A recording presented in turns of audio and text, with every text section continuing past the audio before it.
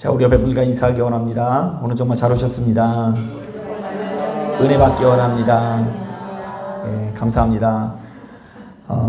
이 자리에 참석한 여러분들에게 우리 하나님의 한량없는 은혜가 함께 하시게 되시기를 주님의 이름으로 축복합니다. 자, 오늘 우리가 읽은 이 본문을 보면 요나는 드디어 우리 하나님의 명령에 순종해서 느느웨라는 성에 가가지고 이 복음을 전하게 됩니다. 자, 그러자 바로 그 즉시 너무나 놀라운 일이 벌어지게 되는데요. 자, 니느웨에 있는 모든 백성들이 굵은 베옷을 입고 하나님께 나와 전심으로 회개하기 시작한 것입니다. 자, 그래서 하나님께서 이들의 기도를 들으시고는 그들의 죄를 용서해 주시게 됩니다. 자, 그런데 이것은 얼핏 보면 당연한 이야기지만 자, 곰곰이 생각하면 썩 이해하기 어려운 구석이 있습니다. 자, 그것은 선지자 요나의 자질 문제인데요. 자, 우리가 잘 알고 있는 대로 사실은 바로 이 요나가 얼마나 뻣뻣한 사람입니까? 자, 니느웨로 가서 복음을 전하라는 하나님의 명령에 좀처럼 순종하지 못하고요. 여호와의 낯을 피해서 다시스로 향하는 배에 오르게 됩니다. 자, 그리고 무엇보다 요나는 지금 니느웨로 가서 복음을 전하긴 했으나 별로 진심으로 전하지는 않는 것 같아요. 자, 그것을 알 수 있는 것이요. 4장 1절부터 3절을 보니까 우리 하나님께서 니느웨를 용서하시니까 자, 이전에 말씀하셨던 재앙을 내리지 아니하시니까 아주 좋지 못한 태도를 보이고 있습니다. 자, 우리 같이 한번 읽어볼까요? 4장 1절부터 3절 천천히 한번 읽어볼게요. 시작. 요나가 매우 싫어하고 성내며 여호와께 기도하여 이르되 여호와여, 내가 고국에 있을 때에 이러하겠다고 말씀하지 아니하였나이까? 그러므로 내가 빨리 다시스로 도망하였사오니 주께서는 은혜로우시며 자비로우시며 노하기를 더디하시며 이내가 크시사 뜰을 돌이켜 재앙을 내리지 아니하시는 하나님이신 줄을 내가 알았음이니이다. 여호와여, 원하건대 이제 내 생명을 거두어 가소서. 사는 것보다 죽는 것이 내게 나음이니이다 하니. 자, 여러분 어때요? 지금 요나의 성깔이 참 대단하죠. 자, 하나님께서 자신의 대적 니느웨의 죄를 용서하셨다는 것에 화가 머리끝까지 납니다. 자, 그래서 감히 우리 하나님께 빈정거리면서 이야기하는데요. 하나님, 그래요. 내가 잘 알겠습니다. 당신은 정말 은혜가 많으시고 노하기를 더디하시고 재앙을 내리시지 않는 하나님인 것을 내가 알았나이다 라고 고백하고 있어요. 여러분, 이거 하나님을 찬양하는 게 아니라 하나님 앞에 뭐하고 있는 거예요? 빈정거리고 있는 것입니다. 자, 그러면서 한다는 얘기가 니느웨를 용서하실 거면 그 이전에 누구의 생명을 거두어 달라고요? 내 생명을 거두어 주옵소서. 이거 어떤 의미냐면요. 하나님, 나예요, 니느웨예요. 둘 중에 한 사람만 선택하세요. 니느웨를 선택하면 나는 하나님을 떠나서 죽어버릴 것이니까 나를 정말로 하나님 선택하시든 니느웨를 선택하시든 둘 중 하나만 선택하여 주옵소서. 이렇게 기도하는 거예요. 아니, 어떻게 이렇게 선지자가 괴팍할 수 있을까? 자, 니느웨로 가서 복음을 전하면서도 그들을 아끼고 사랑하는 마음은 눈꼽만큼도 없고요. 도리어 하나님께서 그들을 회개하시고 용서하시자 벼락같이 성질을 부리고 있습니다. 자, 그렇다 보니 오늘날 이 시대를 살아가는 우리들 입장에서는 자, 본문에 담겨져 있는 메시지를 묵상하면서 의문을 가져볼 수 있습니다.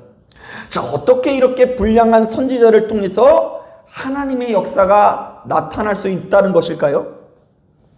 아니, 어떻게 이렇게 형편없는 사람을 통해서 한 국가와 민족이 변화되는 놀라운 건세와 역사가 나타나게 된 것일까요? 우리의 생각으로는 하나님께서 크게 쓰시는 사람들에게는 뭔가 특별한 구석이 있어야 할 것 같은데, 자, 바로 이런 이야기를 들으면서 크게 힘이 빠질 수가 있습니다. 자, 그런데 생각을 바꾸면요, 오늘 우리가 읽은 이 본문 가운데 담겨져 있는 메시지가 사실은 아주 간단한데요. 자, 모든 표적과 기도의 응답은 요나의 어떠함이 아니요 우리 하나님의 뜻에 달려있다는 것을 우리는 어렵지 않게 알 수 있습니다. 자, 그러니까 좀 더 구체적으로 말하면 성령께서는요, 요나라는 한 개인이 불러내는 영이 아니라 그 반대라는 이야기인데요. 자, 성령께서는 자신이 계획하고 뜻하는 것을 이루기 위해서 요나라는 도구를 니느웨에 보냈다라는 것입니다.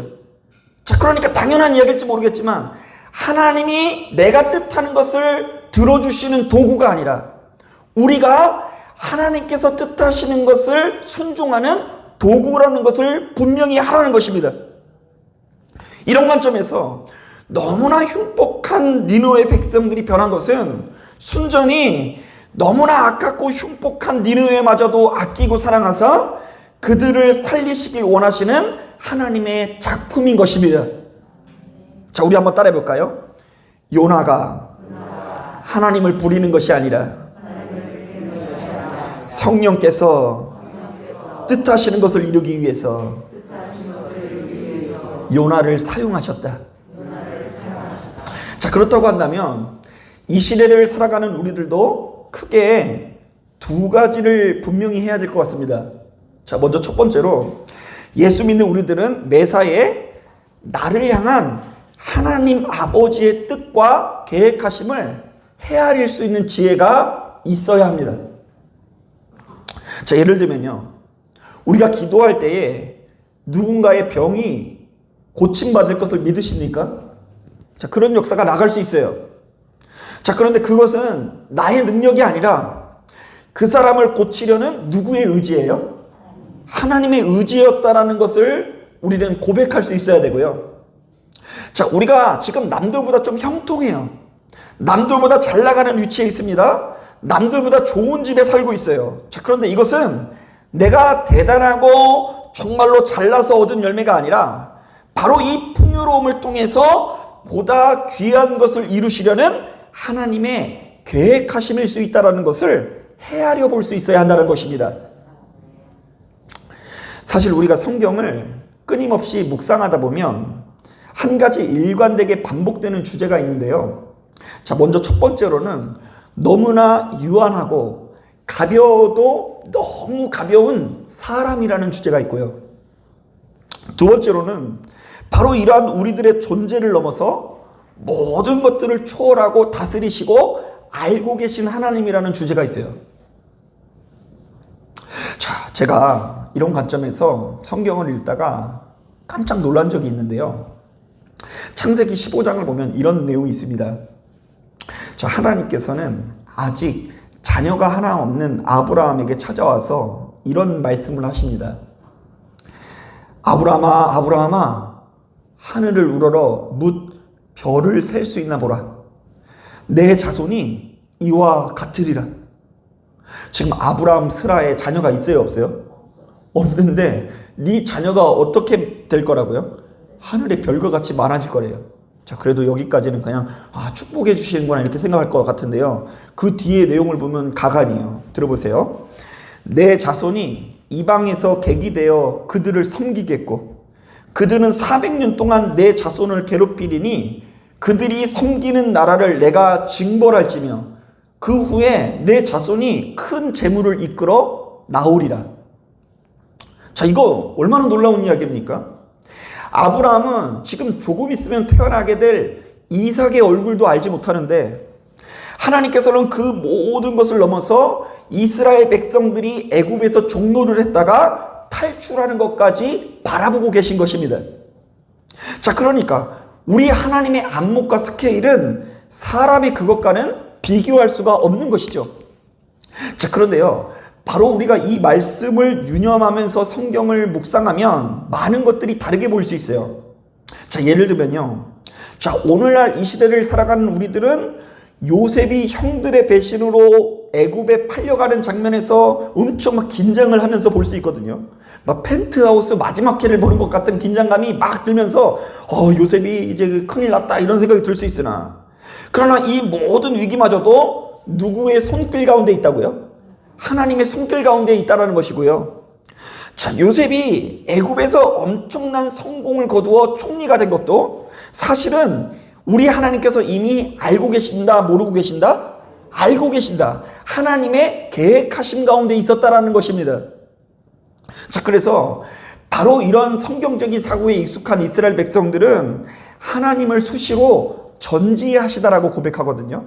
자, 한번 따라해 볼게요. 하나님께서는 전지하시다.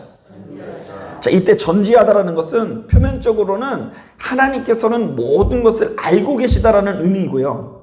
자, 더 나아가서는 하나님과 우리 사이에 있는 끈이 어떠한 경우에도 끊어질 수가 없다. 모든 만물이 하나님의 안목 가운데 있고 하나님의 손길 가운데 있다라는 신앙의 표현인 것입니다. 사실 이런 점에서 고대 이스라엘 백성들은 오늘날 우리들과는 이 세계관 자체가 다른데요. 자, 오늘날 이 시대는 아무래도 개인의 자유와 존엄을 중요시하는 어떤 인본주의적인 가치관이 강하지 않습니까? 자, 그래서 하나님께서 모든 것을 알고 계시다고 하면요, 꼭 이런 얘기를 해요. 어떻게 사랑의 하나님께서 이 땅에 있는 모든 불행을 보시고도 침묵하십니까? 들어본 것 같죠? 그럼 못 들어보셨어요, 다? 저는 많이 들어봤어요. 아니, 하나님께서 우리를 사랑하신다고 하면서 어떻게 지옥에 가는 것을 지켜만 보십니까? 뭐 이런 종류의 의문을 제기해요. 자, 그러나 전통적인 이스라엘 백성들은 이렇게 답할 거예요. 세계관이 달라요. 들어보세요. 이 사람아, 내가 누구이기에 감히 하나님께 반문하느냐? 지음을 받은 물건이 지은 자에게 어찌 나를 이같이 만들었느냐 말하게 되냐? 토기장이가 진흙 한 덩이로 하나는 귀 있을 그릇을 하나는 천이 쓸 그릇을 만들 권한이 없느냐? 자, 이거 제 얘기가 아니라 로마서 9장에 나온 말씀이에요. 자, 이건 뭐예요? 삶의 주도권을요, 누구에게 두고 있죠? 하나님께 두고 있고요. 하나님께서 뜻하시고 주관하시는 모든 내용에 불만이 없는 거예요.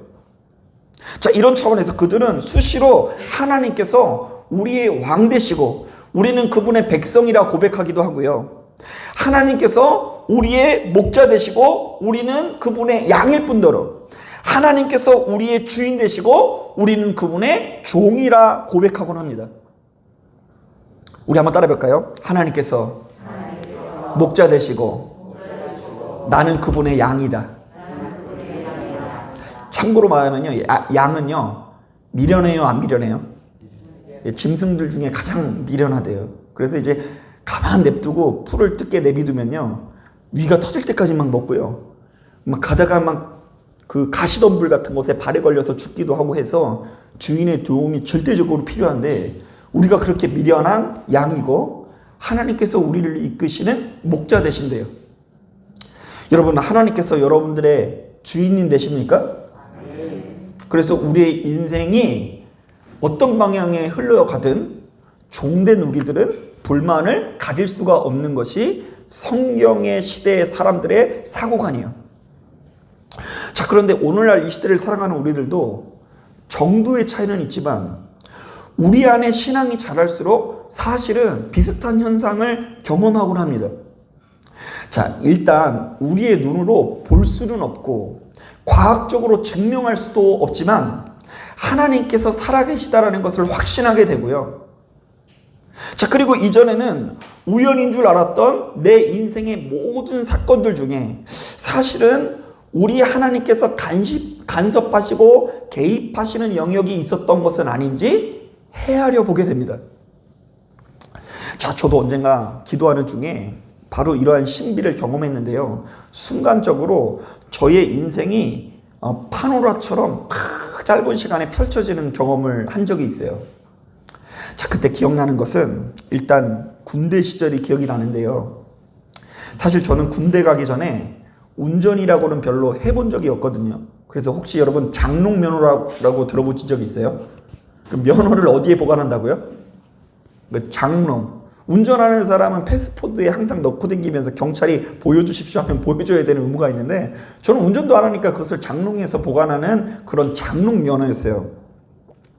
그런데 그 군대 훈련소를 갔더니 운전면허 있는 사람 이래가지고 딱 손들었어요.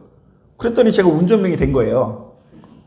그것도 운전병들에게 군 차량 운전을 가르치는 조교로 선발이 되었습니다. 자, 그런데 그때 제가 얼마나 불평했는지 모릅니다. 왜냐하면 군종병 이런 걸로 차출하면 얼마나 좋아요. 혹시 신학대에 다니는 사람? 너 나와! 이러면 교회에서 봉사해! 이러면 되는데 하필이면 내 인생 가운데 가장 모르는 영역인 어떤 거요? 운전을 가르치는 조교가 된 거예요. 그래서 정말로 고참들에게 얼마나 시달리는지, 야, 조교가 후진을 못하면 어떡해? 이러면서 막 욕을 먹기도 하고요. 그래서 그 슬픈 마음을 가지고 당시 저는 교회에 나가서 주일날마다 그 신나는 실로암이라는 찬양에 맞춰서 얼마나 눈물을 흘렸는지 몰라요. 그게 그렇게 슬픈 노래인지 처음 알았어요. 어두운 밤에 막 박수치면서 막 눈물이 막 절로 나요. 그리고는 하나님 하필이면 왜 이런 데 보내셔서 저를 괴롭히십니까? 이렇게 기도하곤 했었는데 이제 와서 생각하면 다 우리 하나님의 작품이었더라고요. 왜냐하면 바로 그 교회, 그 군대 교회를 담당하시는 목사님께서 아주 불미스러운 일로 잘리는 것을 목격하게 되고요. 그분 대타로 제가 잠시 동안 그곳에 가서 설교하면서 교회를 치리하는 기회도 얻었기 때문입니다. 그리고 무엇보다 그때 고참들에게 하도 갈굼을 당했더니 지금은 저절로 운전대만 잡으면 정신이 또렷해져요. 그러니까 아무리 졸렸다가도 운전대만 이렇게 잡기만 하면 정신이 또렷해지면서 안전운행할 수 있는 습관이 제 몸에 배어진 것이죠. 좀 웃자고 드린 말씀인데 너무 굳으셔가지고. 또 마찬가지입니다. 뭐 군대 전역하고 처음 간 사역지가 있는데요. 자, 그곳에 가서도 처음에는 이 불평불만이 얼마나 많았는지 모릅니다. 사실 저의 계산 가운데 이 학교를 다닐 때는 공부에 좀 전념을 해야 되겠다는 생각이 있어서 제가 봤을 때는 이 한 부서를 온전히 담당하는 이 전도사는 너무 일이 많을 것 같으니까 청년부를 담당하시는 목사님을 돕는 역할을 자처했거든요. 자, 그런데 이게 전도사보다 간단할 줄 알았는데, 자, 그 교회 전도사보다 훨씬 일이 많아서 가장 늦게 퇴근하게 되고요.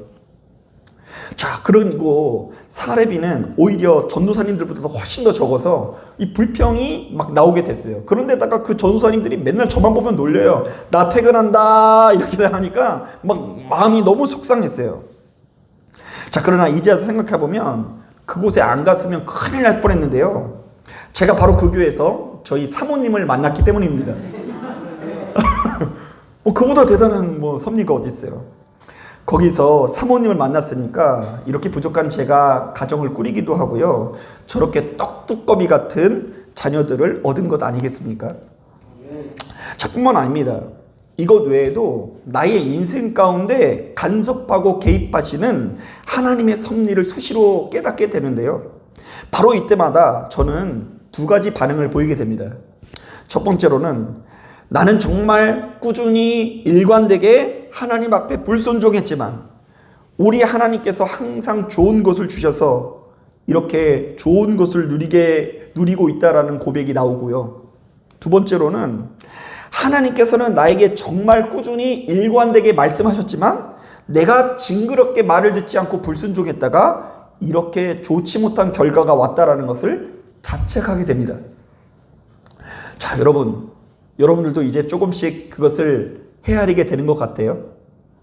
아, 내가 정말 불순종해도 너무 불순종했다. 내가 하나님 보셨을 때 너무나 악한 인생을 살았고 옹졸한 인생을 살았지만 누구의 인도로요?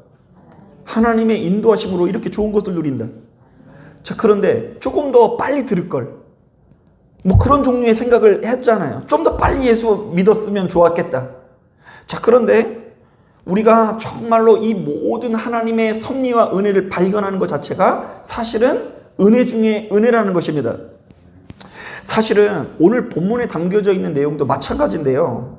자, 어떻게 이렇게 불량한 선지자를 통해서 하나님의 역사가 나타나는 것일까요? 아니, 어떻게 이렇게 형편없는 사람을 통해서 한 국가 민족이 변화되는 권세가 나타나는 것일까요? 자, 아주 간단합니다. 모든 권세와 능력의 주인은 연약한 요나가 아니라 우리 하나님이시기 때문입니다.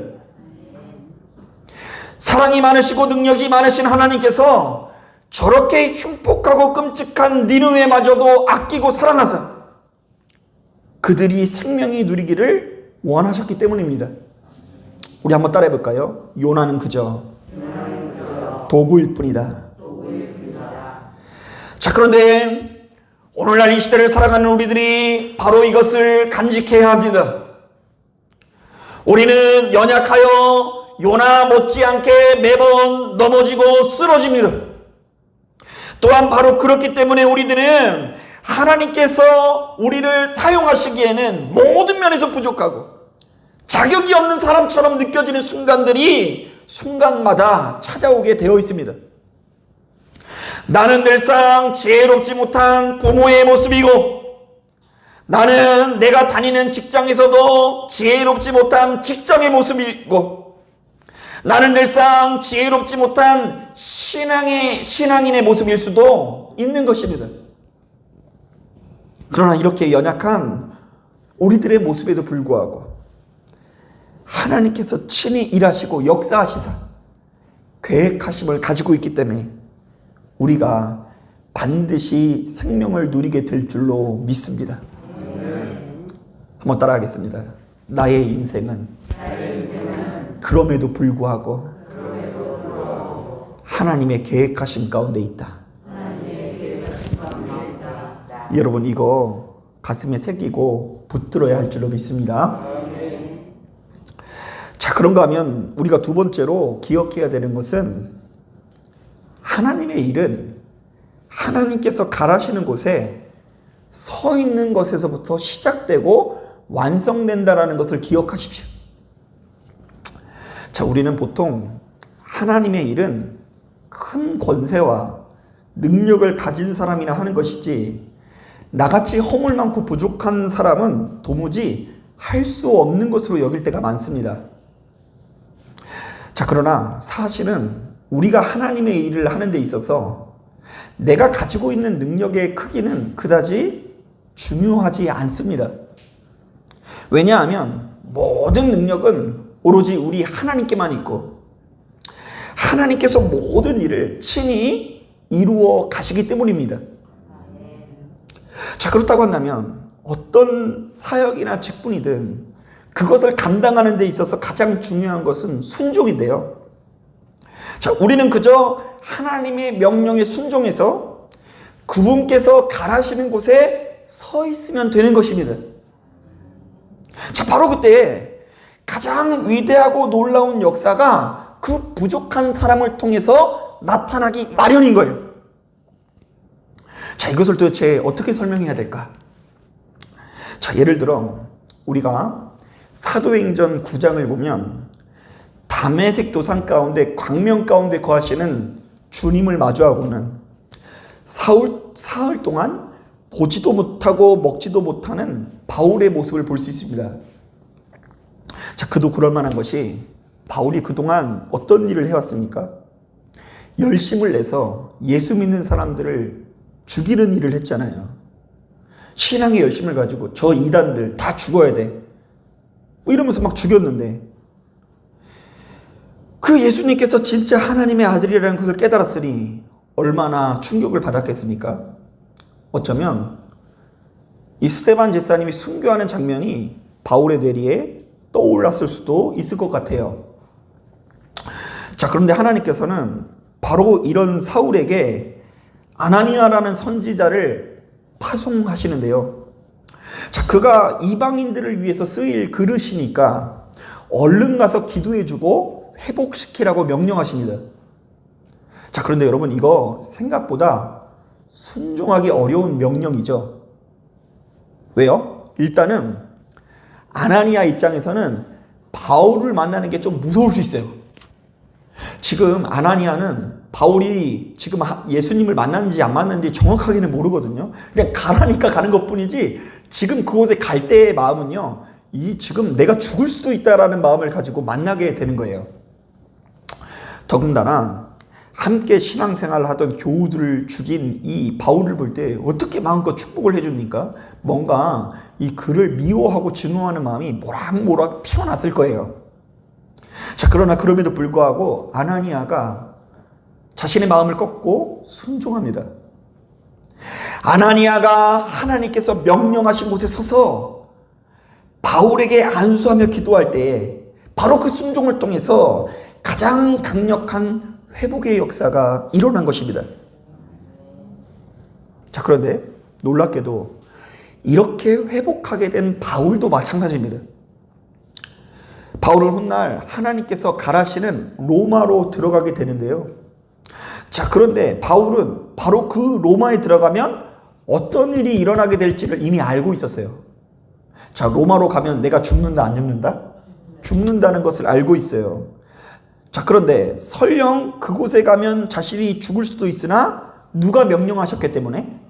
하나님께서 명령하셨기 때문에 끝까지 순종했고 바로 그 순종을 통해서 그 땅에 복음이 뿌려지게 된 것입니다. 뿐만 아닙니다. 부르심을 받은 모세도 그렇고 기드온도 그렇고 예레미야도 그렇고 다윗도 그렇고 성경은 하나같이 부르심을 받은 한 사람 한 사람이 너무나 연약하고 초로해서 벌벌 떨었으나 그럼에도 불구하고 끝까지 순종해서 하나님께서 가라고 명령하신 곳에 나아가고 서 있을 때에 너무나 놀라운 역사를 경험하게 되는 것을 볼 수 있습니다. 이런 차원에서 예수 믿는 우리들에게는 내가 얼마나 대단한 능력을 가지고 있고 일을 얼마나 잘하고 있는지는 철저히 두 번째 문제입니다. 왜냐하면 하나님의 일은 그 무엇보다 먼저 하나님께서 가라시는 곳에 서 있는 것에서부터 시작되고 완성되기 때문입니다. 자, 우리 한번 따라해 볼까요? 하나님의 일을 하는 사람들은 때를 얻든지 못 얻든지 하나님께서 가라시는 곳에 가야 한다. 자, 저는 이런 점에서 참으로 감동적인 이야기를 들었는데요. 한 집사님이 자녀를 키우다가 크게 시험에 들게 되었다고 합니다. 자, 왜냐하면 이 자녀가 커가면서 생각지도 못한 모습이 나타나게 되는데요. 자, 친구들과 어울려 좀처럼 학교에도 나가지 않고 뭐가 그렇게 불만인지 집에 들어오지 않고 툭하면 가출을 감행하기 때문입니다. 자, 그런데 이 집사님은 그런 자녀의 모습을 보면서 순전히 누구의 탓이라는 생각이 들었어요. 예, 보통 부모들은 그러지 않나요? 자녀가 뭔가 엇나가는 것 같고 좋지 못하는 태도를 보이면 그 모든 것들이 자신의 탓인 것처럼 느껴질 때가 있어요. 근데 사실은 좀 그럴만한 것이 이 자녀는 이 부모의 모든 것을 빨아들이는 스펀지와 같죠. 진짜 우리가 싫어하는 여러 가지 습관마저도 사실은 스펀지처럼 빨아들이기 때문에 충분히 일리 있는 생각입니다. 자, 그래서 바로 이렇게 연약하고 부족한 자신 때문에 눈물로 기도하다가 바로 이런 자신의 마음을 남편에게 이 속마음을 털어놨는데 그날따라 남편이 뭐가 갑자기 씌었는지 너무 자상하게 위로를 해주더래요. 아니야 여보, 당신은 그래도 좋은 엄마야.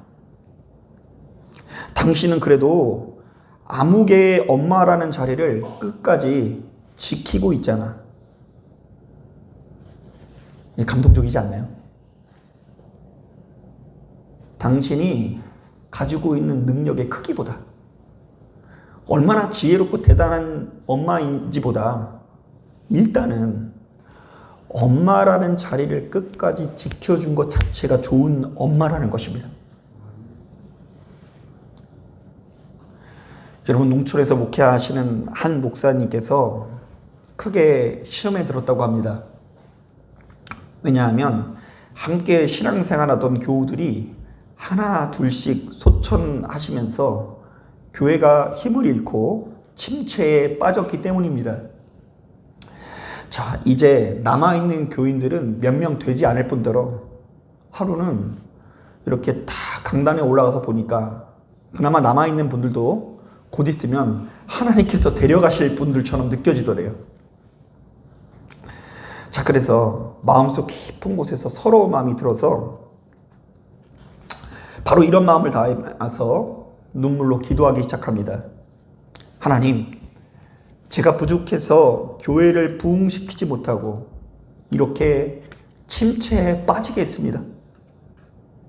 자, 그런데 그렇게 한참을 울면서 기도하는 가운데 사택에 들어가서 바로 이러한 속사정을 사모님께 말했더니 사모님이 이렇게 위로해 주더래요.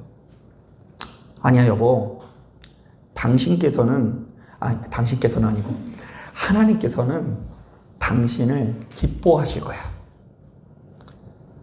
당신은 그래도 모두가 마다하는 자리를 끝까지 지키고 있잖아. 지금 그 자리는 그래도 누군가는 지키고 있어야 하는 자리인데 그게 당신이어서 참 기뻐. 사랑하는 여러분, 우리가 부모로서 자녀가 대단한 성과를 내도록 지혜롭게 인도하는 것도 중요하지만 그보다 우선 그 자리를 지키고 있는 것 자체가 그 무엇보다도 훌륭한 일입니다. 어떤 목사님이 탁월한 리더십으로 교회를 이끌어 그 교회를 좀 더 큰 교회로 성장시키는 것도 중요하지만 그보다 우선 그 자리를 지키고 서서 성실하게 하나님의 말씀을 전하고 있다는 것 자체가 그 무엇보다 훌륭한 일인 것입니다. 자, 이것은 본문에 나오는 요나도 마찬가지입니다. 사실 요나는 겉으로 볼 때 얼마나 부족한 것이 많습니까? 하나님께 좀처럼 순종하지도 않고요. 울며 겨자 먹기로 니느웨의 복음을 전하긴 했으나 그들에게 눈꽃만큼의 애정도 가지고 있지 않습니다. 자, 그리고 툭하면 화를 내고 툭하면 원망과 불평을 쏟아내는 아주 못된 성품을 가지고 있습니다. 자, 그러나 그럼에도 불구하고 이렇게 연약한 요나가 바로 그 니느웨로 가서 서 있을 때 하나님께서는 바로 이렇게 연약한 요나를 도구로 삼고 너무나 놀라운 역사를 친히 나타내 보이시는 것입니다.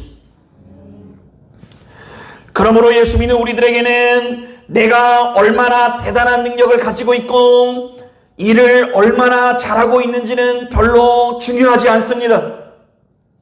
왜냐하면 하나님의 일은 그 무엇보다 먼저 하나님께서 가라시는 곳에 서 있는 것에서부터 비롯되기 때문입니다.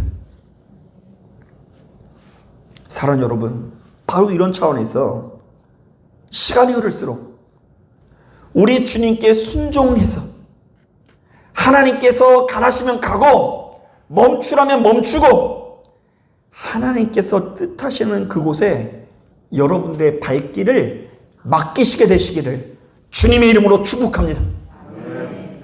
자, 말씀을 정리합니다.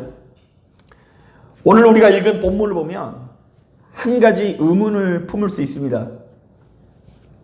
아니, 어떻게 이렇게 형편없는 요나를 통해서 이렇게 놀라운 권세와 역사가 나타난 것일까? 좀 하나님께서 명령하시면 뭐 일주일간 금식한다거나 뭐 철야 기도를 한다던가 이러면 얼마나 좋습니까? 자, 그런데 뭐 아무것도 하지 않아요. 도리어 도망치다가 물고기에 잡혀서 니느웨에 가서 복음을 전해요. 자, 그런데 전하면서도 별로 진심을 담아요, 못 담아요? 못 담아요. 왜요? 그런 성품이 안 되는 거예요. 얘는 막 껄핏하면 화만 나는 아주 그냥 좋지 못한 성품을 가지고 있습니다. 자, 그러니까 아무리 돌아보아도 요나의 모습은 별 볼 일 없는 사람인 것 같은데 바로 이런 사람을 통해서 나타나는 역사치고는 너무나 큰 역사가 나타나고 있다는 것입니다. 자, 그런데 오늘 우리가 읽은 본문은 논리적으로 볼 때는 말도 안 되는 바로 이 장면을 통해서 크게 두 가지를 권면하고 있습니다. 먼저 첫 번째, 예수 믿는 우리들은 매사에 나의 힘과 능력이 아닌 나를 향한 하나님의 계획하심을 헤아릴 수 있어야 한다. 결국 하나님의 일은 하나님께서 친히 이루어 가시고 우리는 그분의 도구일 뿐이라는 이야기예요. 내가 아무것도 아니라는 것을 인정하는 것이 생각보다 쉬운 일은 아니에요. 자꾸 우리는 힘이 들어가게 돼 있어요. 자, 그리고 두 번째, 하나님의 일은 우리가 가지고 있는 능력의 크기보다 하나님께서 가라시는 곳에 서 있는 것이 중요하다. 우리는 막 방언을 막 유창하게 한다거나 막 기도가 막 1시간, 2시간 막 이렇게 기도하면 내가 볼 때 내가 참 대견하죠. 자, 그런데 그거 중요한 거 아니에요. 더 중요한 것은 하나님께 가라는 곳에 나는 가기 싫은데 그런데 그것을 꺾고 가서 서 있는 것이 중요해요.